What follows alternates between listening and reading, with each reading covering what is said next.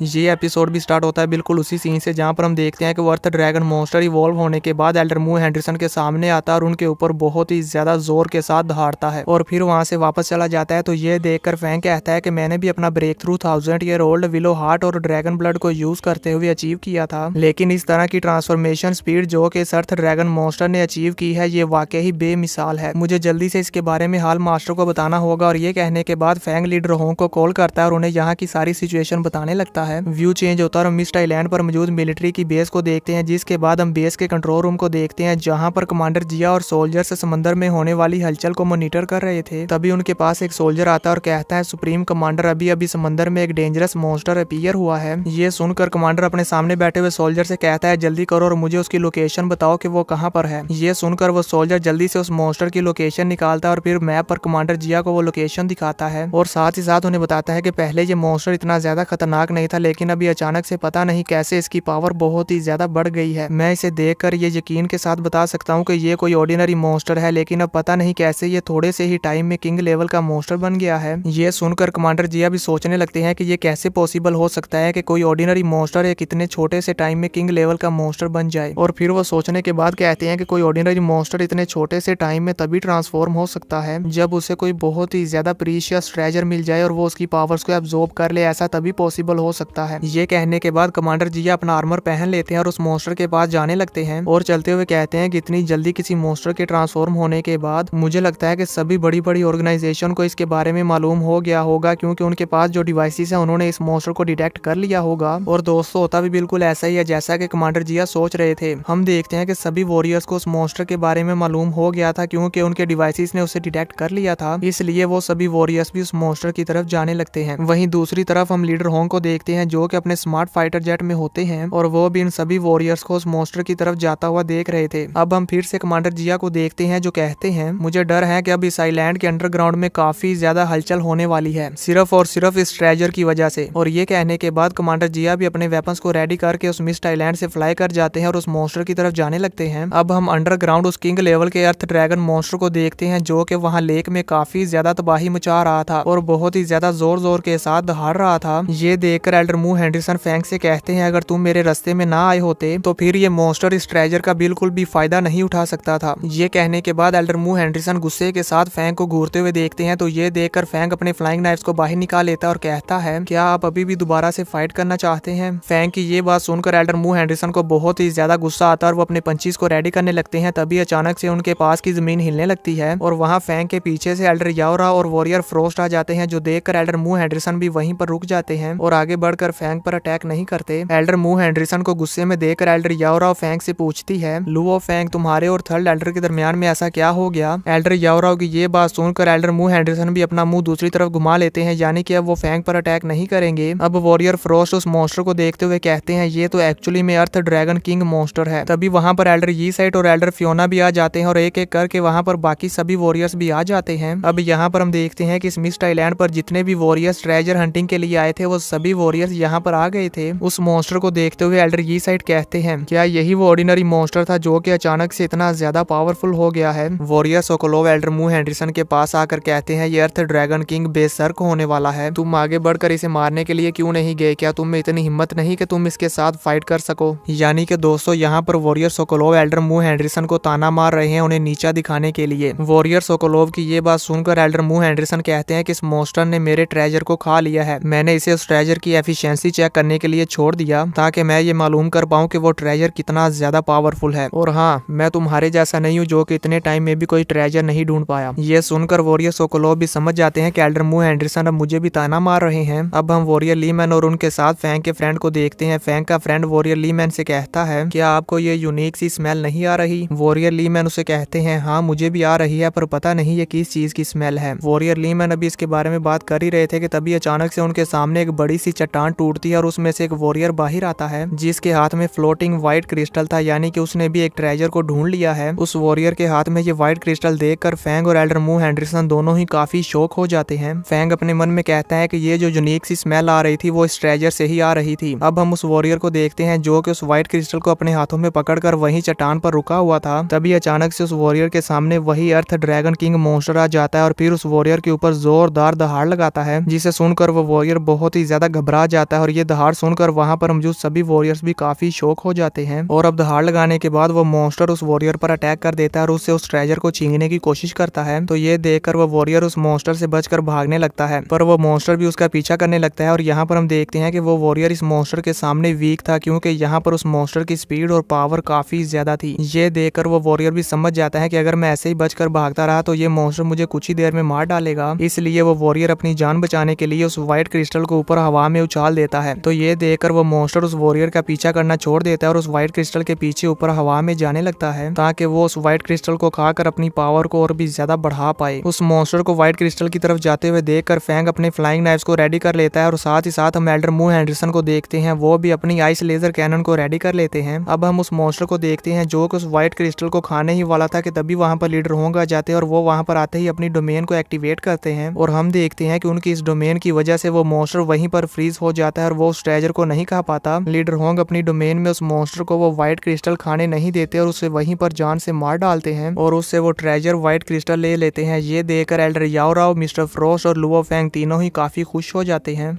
और इसी के साथ ये एपिसोड खत्म हो जाता है।